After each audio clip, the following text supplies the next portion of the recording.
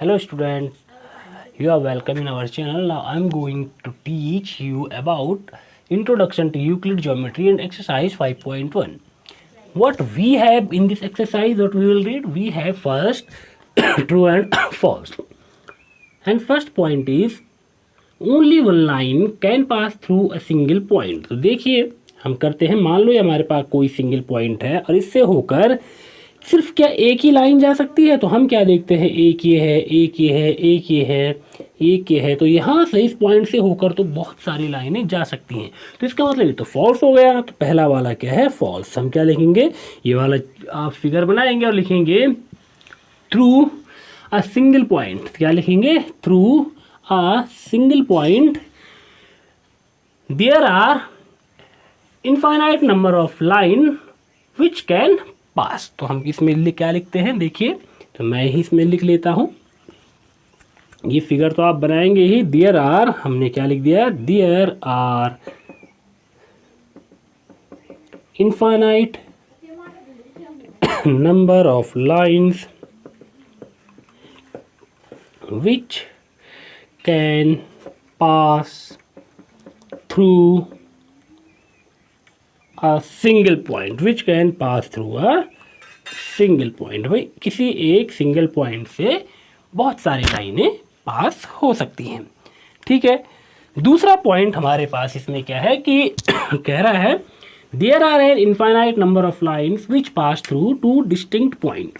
कह रहा है अगर हमारे पास दो अलग अलग पॉइंट हैं, जैसे कि एक पॉइंट ये हो गया और एक पॉइंट ये हो गया, कह रहे इनसे इनफाइनाइट नंबर ऑफ लाइन गुजर सकती है। तो देखिए एक लाइन तो ये गुजर रही है, देखिए ये दो पॉइंट है जैसे, और कितनी लाइन गुजर सकती हैं। देखिए अगर हम फिर से ले जाएंगे तो ये वही लाइन आएगी जैसे ये है। ठीक है। तो एक दूसरी लाइन है, जैसे ये यहाँ से गुजर रही है, ये यहाँ से गुजर रही है, लेकिन इन दोनों से होकर भाई सिंगल पॉइंट से तो बहुत सारी लाइनें गुजर सकती हैं। ये भी हमने देखा, ये गुजर सकती है, ये हो गई, ये हो गई, ऐसे ही इससे भी ये लाइन गुजरी, ये गुजरी, लेकिन किन्हीं भी दो पॉइंटों से सिर्फ और सिर्फ एक लाइन जा सकती है, जबकि सिंगल पॉइंट से बहुत सारी लाइनें जा सकती हैं। तो ये कह रहा है कि इनफाइनाइट नंबर ऑफ लाइन पास हो सकती है, तो गलत कह रहा है, तो ये भी फॉल्स। और अगर ये फॉल्स है तो हम इसको कैसे सॉल्व करेंगे, इसमें क्या लिखेंगे, फॉल्स। सबसे पहले तो ये क्या है, फॉल्स है। हम लिखेंगे through two distinct point, through two distinct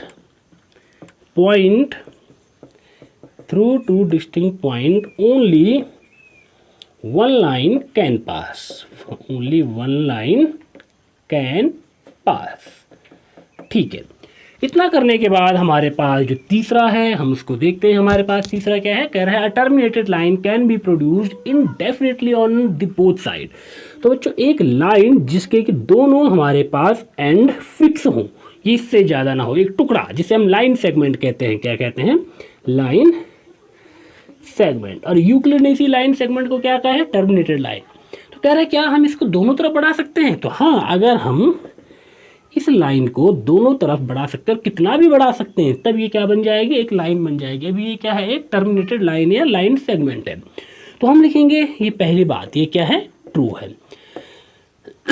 तो हम लिखेंगे a terminated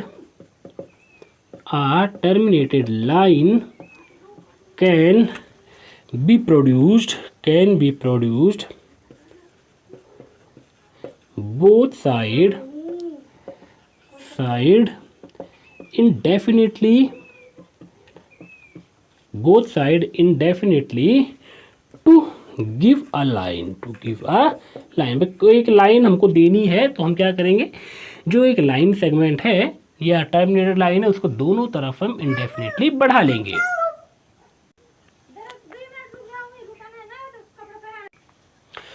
अच्छा, अब इसमें जो चौथा पॉइंट है वो क्या कह रहा है, if two circle are equal. देखिए एक सर्किल ये है और दूसरा सर्किल ये है, और दोनों इक्वल हैं। भाई दो सर्किल इक्वल तब होते हैं जब उनके एरिया क्या हो, इक्वल हो। तो इसका मतलब इन दोनों के एरिया क्या है, सेम है। मान लेते हैं इसकी रेडियस है r1 थोड़ी देर के लिए, और इसकी रेडियस है r2। तो इसका एरिया कितना हो जाएगा, पाई r1 स्क्वायर, और इसका कितना हो जाएगा, पाई r2 स्क्वायर। देखिए पाई से पाई कटा, तो ये हो गया r1 square equal to r2 square. दोनों तरफ हमने रूट ले लिया है, तो ये हो गया है r1 इक्वल टू r2। तो इनकी रेडियस क्या निकल गई है, बराबर निकल गई है।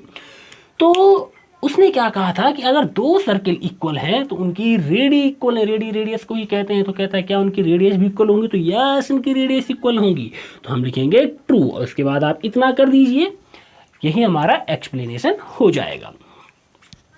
अगला कह रहा है हमारे पास कि अगर हमारे पास देखिए दो लाइनें हैं, अगर हमारे पास क्या है, तीन लाइनें हैं, और कैसे ये इनका रिलेशन कैसा है, पहली वाली लाइन और दूसरी वाली लाइन बराबर है, ये दो बराबर है, बात समझ में आ रहा है, और दूसरी और तीसरी बराबर है।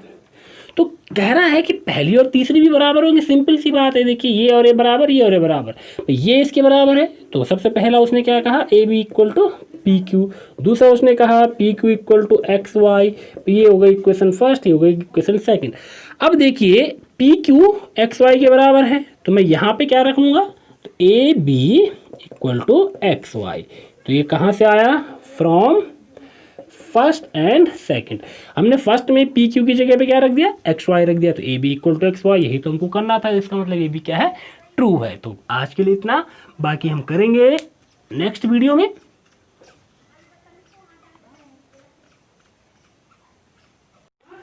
Hello student, you are welcome in our channel. Now I am going to tell you about introduction to Euclid geometry, and we are doing exercise 5.1 question number 2, and we have some points here we have to define. First we have parallel line. In class 8th we have learned about parallel line.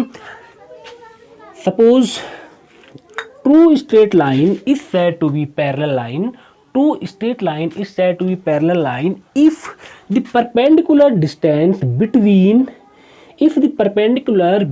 them remain same. अगर उनके बीच की जो perpendicular distance है वो हमेशा same रहे, and if two lines never intersect each other, और वो एक दूसरे को कभी नहीं काटें, तो उनको हम parallel line कहेंगे।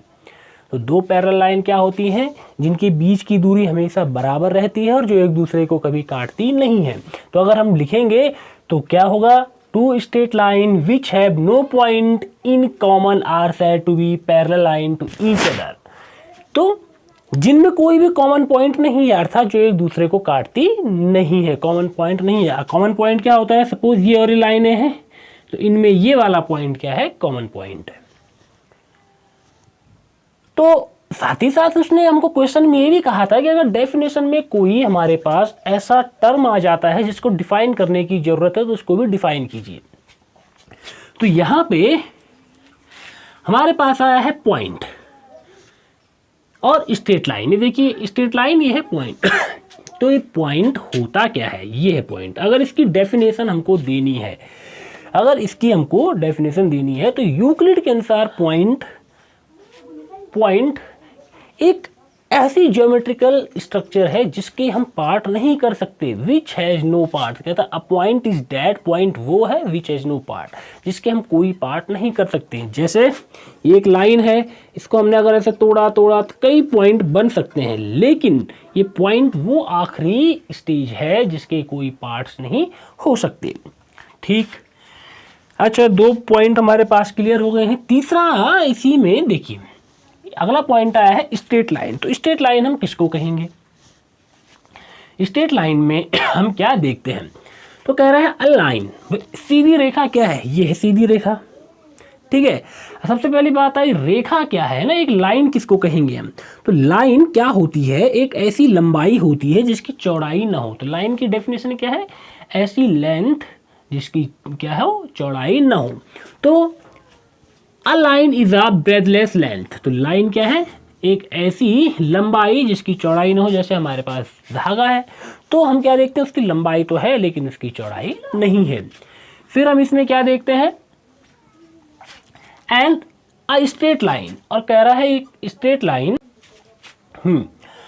तो और straight line is a line which lies evenly with the points on itself.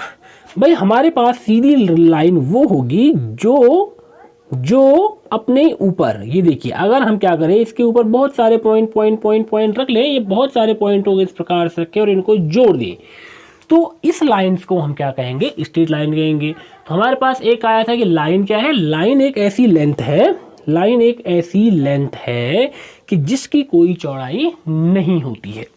अच्छा, अगला पॉइंट हमारे पास इसी में क्या है, इसी में हमको सेकंड है डिफाइन करना है परपेंडिकुलर लाइन। परपेंडिकुलर लाइन किसको कहेंगे, तो देखिए अगर हमारे पास एक स्ट्रेट लाइन ये है और एक स्ट्रेट लाइन ये है, ये दोनों लाइनें क्या करती हैं, जब एक दूसरे को इंटरसेक्ट करती हैं तो ये 90 का एंगल बनाती हैं। तो ऐसी लाइनों को हम परपेंडिकुलर लाइन कहेंगे। तो क्या लिखते हैं, if a line meets other at right angle, ये एक लाइन थी ए बी और एक लाइन ये थी सी डी, तो ये ए बी और ये सी डी, ध्यान से देखिए आप, ए बी सी डी, तो ये जो सी डी है ये ए बी को अगर हमने इसको ऐसे घुमाया, देखिए हमने इसको ऐसे घुमाया और यहाँ पे, तो इसके साथ इसने 90 का एंगल बना दिया है, तो ये लाइन परपेंडिकुलर लाइन कहलाएंगी। Then these line are said to be perpendicular line. तो लाइन सेगमेंट, इसी का सी पार्ट है लाइन सेगमेंट। लाइन सेगमेंट क्या होता है, a line with two end is said to be a line segment. देखिए भाई जिसके दोनों एंड हमारे पास हों उसको हम क्या कहते हैं, लाइन सेगमेंट कहते हैं। तो लाइन क्या है, लाइन ऐसी है जो दोनों तरफ बढ़ रही है, जिसकी लेंथ डेफिनिट नहीं है, जबकि इसकी एक डेफिनिट लेंथ है। इसका ये एंड भी फिक्स है, ये भी फिक्स है। तो फिक्स एंड वाले जो हमारे पास इस प्रकार से फिक्स लेंथ, अगर किसी लाइन में से हम क्या कर लेते हैं, एक लेंथ को फिक्स कर लेते हैं, तो उस लेंथ को ही हम क्या कहते हैं, लाइन सेगमेंट कहेंगे। अगला हमारे पास आया रेडियस ऑफ अ सर्किल। भाई किसी सर्किल की रेडियस क्या होती है, तो अगर हम देखें किसी सर्किल की रेडियस क्या होती है, तो ये हमारे पास एक सर्किल हुआ और ये देखिए ये इसकी रेडियस होगी, ये इसका सेंटर है, ये इसका सेंटर है, ये इसकी रेडियस है और ये सर्किल है। तो रेडियस हमको डिफाइन करनी है अगले पॉइंट में। तो रेडियस भी एक लाइन सेगमेंट ही होता है। देखिए क्यों, क्योंकि इसके दोनों एंड हैं, एक एंड सेंटर पे है और दूसरा एंड सर्किल पे है। तो रेडियस एक ऐसा लाइन सेगमेंट है जिसका एक एंड सेंटर पे होता है और दूसरा सर्किल पे होता है। तो हम क्या लिखेंगे, the line segment with one end at with one end point at the center and other at any point on the circle। एक सेंटर पे है और दूसरा कहाँ है, सर्किल पे है। तो इसको हम क्या कहेंगे, रेडियस कहेंगे। तो बात आई अगला, इसमें सेंटर क्या है, ठीक है। तो सेंटर एक ऐसा पॉइंट है, इसमें देखिए एक नई चीज आई है, सेंटर। तो सेंटर क्या है, centre is a point, centre is a point, centre एक पॉइंट है inside circle, inside circle from equal distance. तो ये क्या है, फ्रॉम, ये located at equal distance from all points on this circle. समझ लेते हैं मैं क्या कहना चाह रहा हूँ। ये जितने भी पॉइंट हैं ये सर्किल के, तो सबसे इसकी डिस्टेंस क्या है, बराबर है, इक्वल है। तो इसी को हम क्या कहेंगे, सेंटर कहेंगे। करते हैं अगला पॉइंट। नेक्स्ट वी है स्क्वायर। हमने 8th में स्क्वायर पढ़ा है। स्क्वायर एक क्वाड्रिलेटरल होता है। क्वाड्रिलेटरल मतलब जिसपे क्या हो, चारों साइडें इक्वल हों, जिसकी चारों साइडें इक्वल हों और चारों के चारों एंगल 90 हों, उसको हम स्क्वायर कहेंगे। तो I square is a quadrilateral, I square is a quadrilateral, I square is a quadrilateral with all equal side, with all equal sides and all right angles और all right angles। तो जिसकी सभी साइडें equal होती हैं और सभी angle क्या होते हैं, राइट एंगल होते हैं, 90 डिग्री होते हैं, हम स्क्वायर कहते हैं।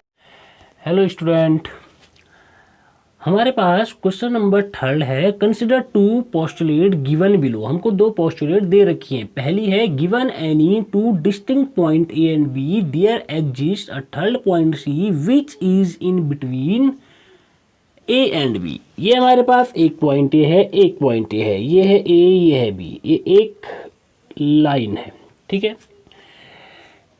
अब ए और B, there exist third point C which is in between A and B. भाई ए और बी के बीच क्या ऐसा एक कोई थर्ड पॉइंट है। और दूसरी पोस्टुलेट क्या है जरा समझिए, there exist at least 3 points that are not on the same line. भाई 3 पॉइंट हैं, ये रहा ए, ये रहा बी, इस बार सी उस लाइन पर नहीं है। ये दोनों पोस्टुलेट को हमने लिख लिया है। अब क्या कह रहा है, do this postulate contain any undefined terms. क्या इन दोनों में कोई अनडिफाइंड टर्म्स है? तो है। देखिए पॉइंट्स यूक्लिड के अनुसार पॉइंट को डिफाइन करना चाहिए, यूक्लिड के अनुसार लाइन को भी डिफाइन करना चाहिए। तो हम लिखेंगे yes there are many undefined terms such that points and lines. तो हमने क्या लिखा, yes there are undefined terms such that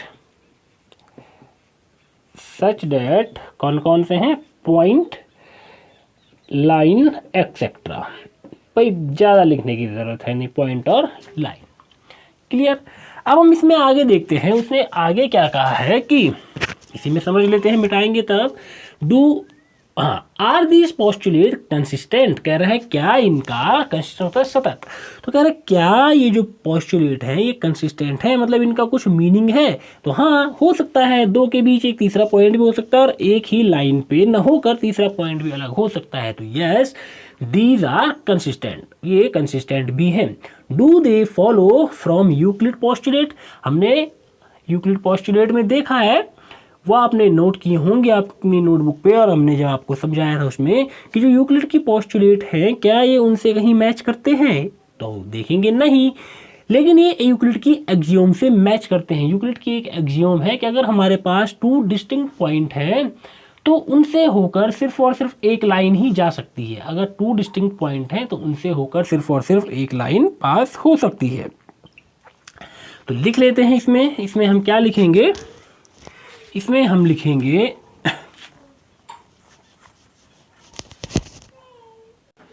देख लेते हैं जो ये है, do they follow Euclid postulate, ऐसा कुछ कह रहा है तो हम लिखेंगे no these postulate do not follow Euclid postulate, they follow an axiom. और वो एक्सियोम कौन सी है कि अगर हमारे पास 2 पॉइंट हैं तो उनसे होकर सिर्फ एक लाइन जा सकती है।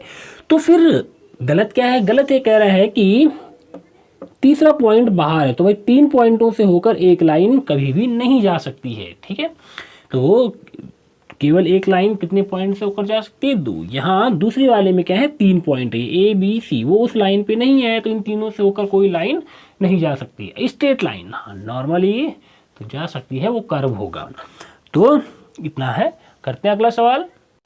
क्वेश्चन नंबर 4 हमारे पास है, कह रहा है क्वेश्चन नंबर 4 में, if a point C lies between 2 points A and B such that A C equal to B C. कह रहा है अगर एक पॉइंट सी ए और बी के बीच लाई करता है और इस प्रकार से लाई करता है कि ए सी और बी सी बराबर हों, तो क्या कीजिए, प्रूफ कीजिए कि जो ए सी होगा वो ए बी का आधा होगा। तो सॉल्यूशन कर लेते हैं, A B equal to A C plus B C.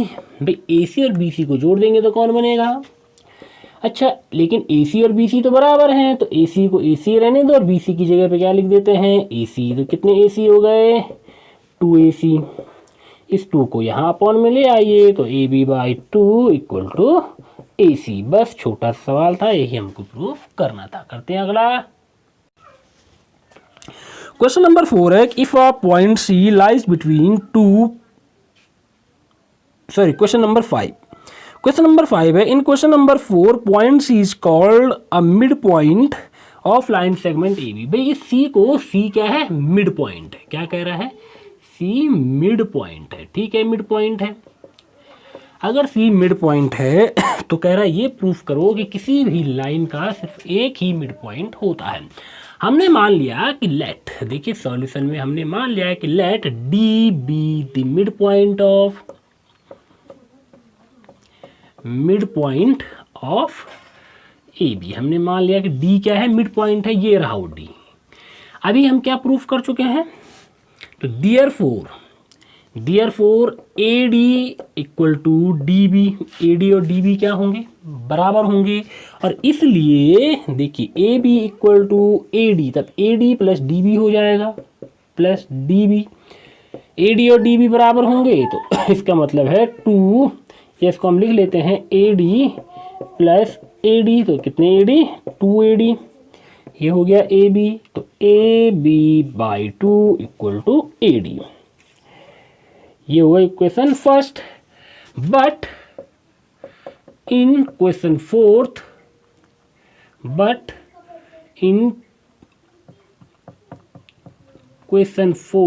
We have, question fourth में हमारे पास क्या था, A B by 2 equal to A C, ये है सेकंड। तो यहां देखिए ए सी भी ए बी बाई 2 और ए डी भी ए बी बाई 2, तो इसका मतलब क्या हो गया, ए सी ए बी, तो मैं ए बी बाई 2 की जगह पे क्या लिख लूँ, ए डी। तो therefore A D equal to A C, A D equal to A C. अब देखो चाहे ए डी हो ए सी हो, ये बराबर ही है, दो अलग अलग पॉइंट नहीं है। देयरफॉर क्या होगा, therefore C and D must be coincide. भाई ये क्या है, कोइंसाइड, एक के ऊपर एक है, अलग अलग हम मान रहे हैं, गलत मान रहे हैं, तो कोइंसाइड है। लास्ट में हम लिख लेंगे therefore every line is one and only one mid point. करते हैं अगला। अब देखिए ये हमको सॉल्यूशन क्वेश्चन नंबर 6 में हमको दे रखा है कि भाई ए सी और बी डी बराबर है, एक फिगर दे रखा है जिसमें A B C D 4 point है, और इसमें हमको गिवन है कि A C equal to B D, और हमको क्या लाना है कि ए बी और सी डी भी बराबर है। ए सी, ये रहा ए सी, ए सी को मैं क्या लिख लूँ, A B plus B C, और बी डी को मैं क्या लिख लूँ, B C plus C D.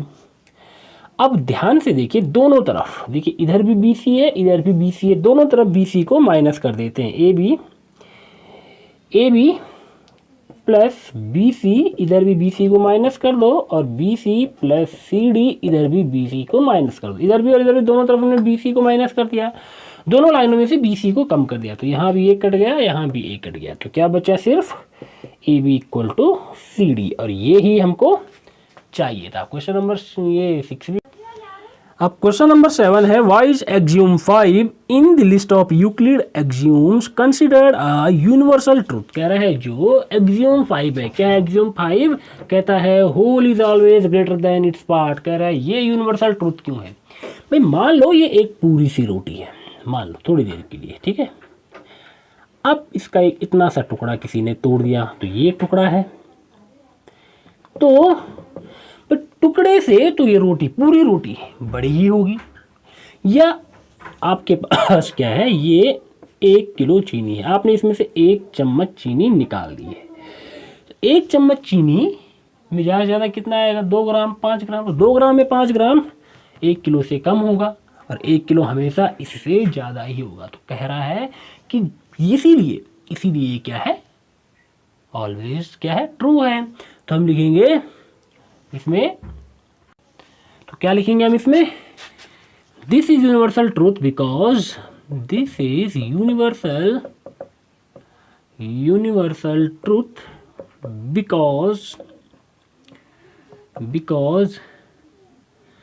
Part is included in the whole. भाई जो पूरा है हिस्सा उसी में तो शामिल था, हर अगर उसी में शामिल से उसी से अलग हुआ है। भाई पाकिस्तान और बांग्लादेश भारत से अलग हुए हैं, तो क्या भारत से बड़े हो जाएंगे, नहीं होंगे ना। बस तो करते हैं नेक्स्ट एक्सरसाइज, इसके बाद मिलेंगे आपको नेक्स्ट एक्सरसाइज में, तब तक आप पढ़ते रहिए।